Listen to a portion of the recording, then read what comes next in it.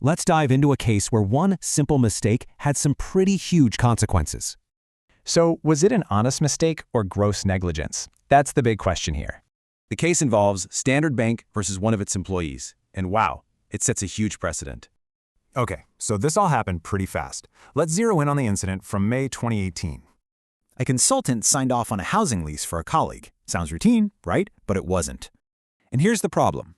Two big errors were made, completely breaking the bank's own rules. The employee's defense? She argued she acted in good faith, just assuming everything was approved. But the bank saw it differently. They dismissed her for gross negligence. Too big a risk.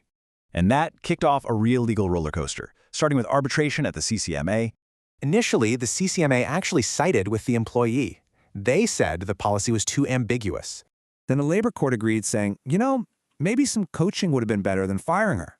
So you've got this huge divide, right? The courts versus the bank's view of what happened. But Standard Bank didn't give up. They appealed, taking it all the way to the top. And boom, the labor appeal court overturned everything. They found the policy wasn't ambiguous at all.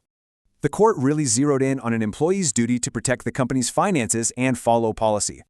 Basically, they said she failed to act with the honesty and integrity required in that industry.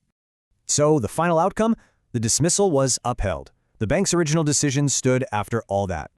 Okay, so why should this case matter to you? What can we all learn from this? These lessons are just so important for managing risk and setting clear expectations for your own team. It really makes you think, right? Are your company's policies clear enough to stand up in court?